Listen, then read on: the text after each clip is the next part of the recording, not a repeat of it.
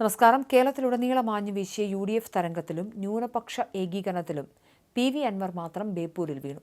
കോഴിക്കോട്, മലപ്പുറം, വയനാട് ജില്ലകളിൽ മുസ്ലിം സമുദായം UDFന് അനുകൂലമായി ഒറ്റക്കെട്ടായി നിലയുറപ്പിച്ചപ്പോൾ കോഴിക്കോട് ജില്ലയിൽ ഒരൊറ്റ സീറ്റിലൊഴികെ മറ്റെല്ലായിടത്തും കോൺഗ്രസ് സഖ്യം വിജയിച്ചു കയറി. കൊയിലാണ്ടിയിലും എലത്തൂരിലും അപ്രതീക്ഷിത വിജയം നേടാൻ UDFന് സാധിച്ചതും ഈ ന്യൂനപക്ഷ ധ്രുവീകരണം മൂലമാണ്. എന്നാൽ ഈ ഏകീകരണം ബേപ്പൂരിലെത്തിയപ്പോൾ അൻവറിന് ഗുണകരമായില്ലെന്ന് മാത്രമല്ല, അൻവറിസത്തിനെതിരെയുള്ള ജനവിധിയായി ഇത് മാറുകയും ചെയ്തു. മണ്ഡലത്തിലെ കണക്കുകൾ പരിശോധിക്കുമ്പോൾ അൻവറിന്റെ പരാജയത്തിന് പിന്നിൽ നിഷ്പക്ഷ വോട്ടർമാരുടെ കൃത്യമായ നിലപാടാണെന്ന് വ്യക്തമാകും. കേരളത്തിൽ പലയിടത്തും കോൺഗ്രസ് സ്ഥാനാർത്ഥികൾ തോൽക്കാതിരിക്കാൻ BJP വിരുദ്ധ വോട്ടുകളും നിഷ്പക്ഷ വോട്ടുകളും UDFന് അനുകൂലമായി മറിഞ്ഞപ്പോൾ ബേപ്പൂരിലെ നിഷ്പക്ഷ വോട്ടർമാർ CPMനും PA മുഹമ്മദ് റിയാസിനും ഒപ്പമാണ് നിന്നത്.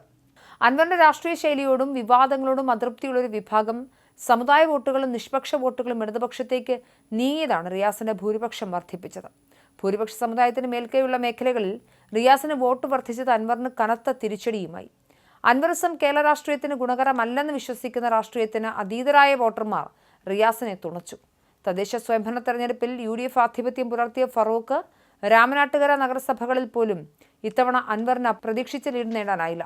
ഫറൂഖിൽ UDFനുണ്ടായ 3500 വോട്ടിന്റെ ലീഡ് ഇത്തവണ 2904 കുറഞ്ഞു. രാമനാട്ടുകരയിൽ 2000 വോട്ടിന്റെ ഭൂരിപക്ഷം പ്രതീക്ഷിച്ചയിടത്ത് വെറും 145 വോട്ടിന്റെ ലീഡ് മാത്രമാണ് അൻവറിന് ലഭിച്ചത്. കോർപ്പറേഷന്റെ ചെറുവണ്ണൂർ മേഖലയിൽ 4 വാർഡുകൾ UDF ജയിച്ചതാണെങ്കിലും നിയമസഭാ തെരഞ്ഞെടുപ്പിൽ റിയാസിന് ഇവിടെ 1703 വോട്ട് അധികം ലഭിച്ചു. കടതുണ്ടി പഞ്ചായത്തിൽ LDF ലീഡ് 1000-ൽ നിന്നും 2446 ഉയർന്നു. റിയാസിന്റെ വിജയത്തിൽ ഏറ്റവും നിർണായകമായത് കോർപ്പറേഷനിലെ ബേപ്പൂർ മേഖലയാണ്. ഇവിടെ മാത്രം 5890 വോട്ടിന്റെ ലീഡാണ് റിയാസിന് ലഭിച്ചത്. CPM തങ്ങളുടെ കേഡർ വോട്ടുകൾ പൂർണ്ണമായി നിലനിർത്തിയപ്പോൾ അൻവറിന് സ്വന്തം പാളയത്തിലെ വോട്ടുകൾ പോലും ഉറപ്പിക്കാനായില്ല.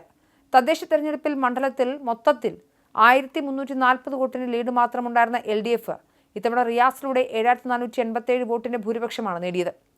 കേരളത്തിലെ ഏറ്റവും മികച്ച BJP സ്ഥാനാർത്ഥികൾ ഒരാളായിരുന്നു KP പ്രകാശ് ബാബു. വലിയ തോതിൽ വോട്ട് കൂട്ടുമെന്ന് NDA പ്രതീക്ഷിച്ചു, പക്ഷേ അത് ഉണ്ടായില്ല. പ്രകാശ് ബാബുവിന് വെറും 276 വോട്ടുകൾ മാത്രമാണ് വർദ്ധിപ്പിക്കാനായത്. ഇതിനർത്ഥം BJPയിലേക്ക് പോകേണ്ടിരുന്ന നിഷ്പക്ഷ വോട്ടുകൾ പോലും അൻവറിനെ തോൽപ്പിക്കാനായി റിയാസിലേക്ക് കേന്ദ്രീകരിച്ചു എന്നാണ്. രാഷ്ട്രീയമായ ഒരു പക്ഷവുമില്ലാത്ത വോട്ടർമാരാണ് അൻവറിനെ നിയമസഭ കാണിക്കാൻ തീരുമാനിച്ചത്. 5000-ഓളം വോട്ട് BJPക്ക് കൂടുമെന്ന് CPM ഭയന്നിരുന്നു, പക്ഷേ അതുണ്ടായില്ലെന്നാണ് സാരം. അൻവറിന്റെ വിവാദ പ്രസംഗങ്ങളും പാർട്ടിക്കുള്ളിലെ വിമത നീക്കങ്ങളും ബേപ്പൂരിലെ പ്രബുദ്ധരായ വോട്ടർമാർ തള്ളിക്കളഞ്ഞതിന്റെ ഫലമാണ് എന്തായാലും ഈ പരാജയം. കോഴിക്കോട് ജില്ലയിലെ മറ്റ് മണ്ഡലങ്ങളിൽ UDFന് ലഭിച്ച ആവേശം ബേപ്പൂരിലെ അണികൾക്കിടയിൽ ഉണ്ടാക്കാൻ അൻവറിന് സാധിച്ചില്ല. ഗ്രൗണ്ട് റിയാലിറ്റി മനസ്സിലാക്കാതെയുള്ള പ്രചരണവും അമിത ആത്മവിശ്വാസവും അൻവറിന് വിനയായി. മുസ്ലിം ഏകീകരണത്തിന്റെ ആനുകൂല്യം പറ്റി ജയിച്ചു കയറാമെന്ന അൻവറിന്റെ കണക്കുകൂട്ടലുകൾ ബേപ്പൂരിലെ നിഷ്പക്ഷ വോട്ടർമാർ പൊളിച്ചെഴുതുകയായിരുന്നു.